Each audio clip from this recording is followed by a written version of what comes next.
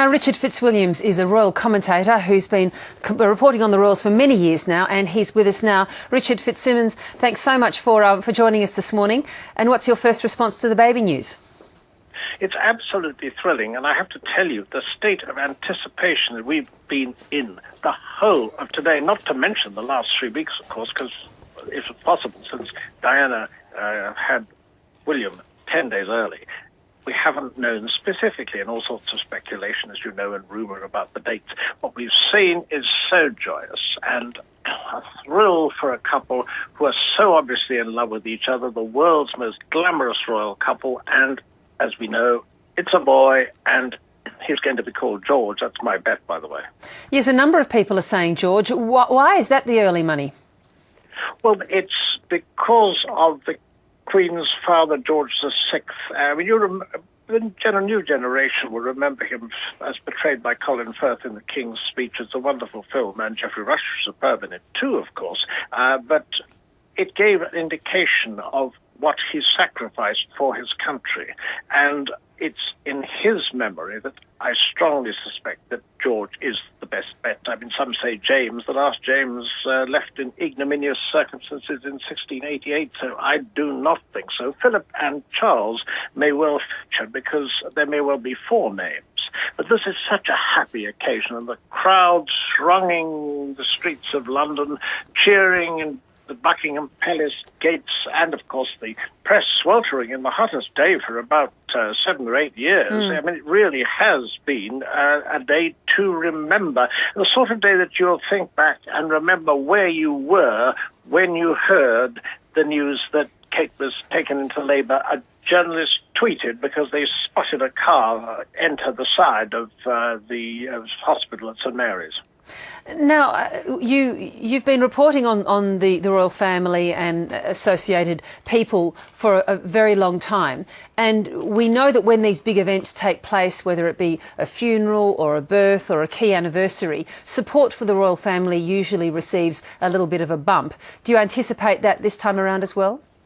It's exactly what's happened. It happened in the year of the royal wedding. Of course, it happened in the Diamond Jubilee year. Some 80% in support of the monarchy. The Republic tends to be around about the sort of 16-70%-ish level. And the poll last week confirmed precisely that. I mean, there's no doubt it's a wonderful time for the royal family. And, of course, it's a happy time for every happy family where the baby is born.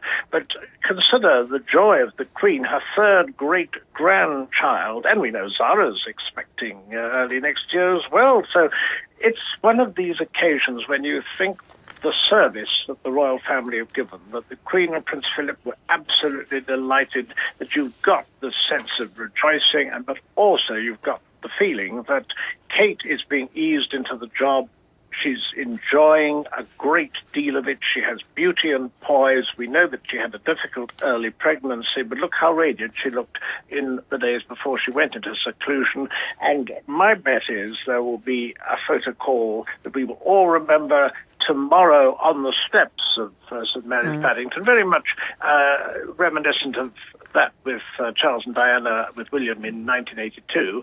Subsequent to that, I cannot tell you all sorts of rumours as to where Kate might be going. William, of course, will have to get back after his paternity leave to the RAF search and rescue team, but we're also awaiting an important decision as to what William will do in the future. But this is a day we can all celebrate, and Australians and Canadians, New Zealanders, British, I mean, it's throughout the Commonwealth, 16 realms, remaining monarchies, and another 54 countries will also rejoice with the monarch as the head of the Commonwealth.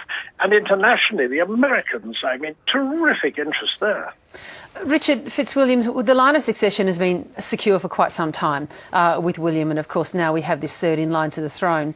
As we see European monarchs abdicate in favour of their younger children, is there any sense, despite what the Queen has indicated over the years, that as she becomes older, she might step down in favour of Charles? It's a very interesting point because obviously the abdication in the Netherlands, but remember the Netherlands tend to have a tradition of abdicating monarchies, and now King Albert has stepped down in Belgium, suddenly in less favourable circumstances, although the monarchy remains the mainstay of a very divided country. But they have different traditions. The Queen made a commitment in South Africa when she was 21 to serve her whole life, whether it be long or short. She meant every word of it, and my goodness me, who would have guessed that she at 87 and the Duke at 92 would be doing what they're doing, obviously looking at long-haul flights and that aspect of it. As age brings its limitations, so we expect William and Kate to do more royal duties. Also expect this to be a travelling baby. After all, William was at 9 months, as you know well, and expect him back, but this time with Kate and accompanied, I suspect Australia and New Zealand will be very high on the agenda, and we're all longing to see the baby. Yes, well, that would be a hotly anticipated trip. And of course, as you say, the then Princess Diana was adamant she was not going to leave her baby behind, and that she would come with he would come with her on the trip. So we might see something similar. Given that we're looking forward then to a name and then the appearance of the couple on the steps, I guess we won't see much of them for a little while after that high-profile public appearance anticipated sometime tomorrow. Then, Richard. Yes, no, that's precisely what we anticipate. The appearance, which will be an iconic image of the century for the world's press, and thereafter, undoubtedly, Kate will take some downtime. It may well be with her parents, but that we won't be told. But for today, let's all rejoice.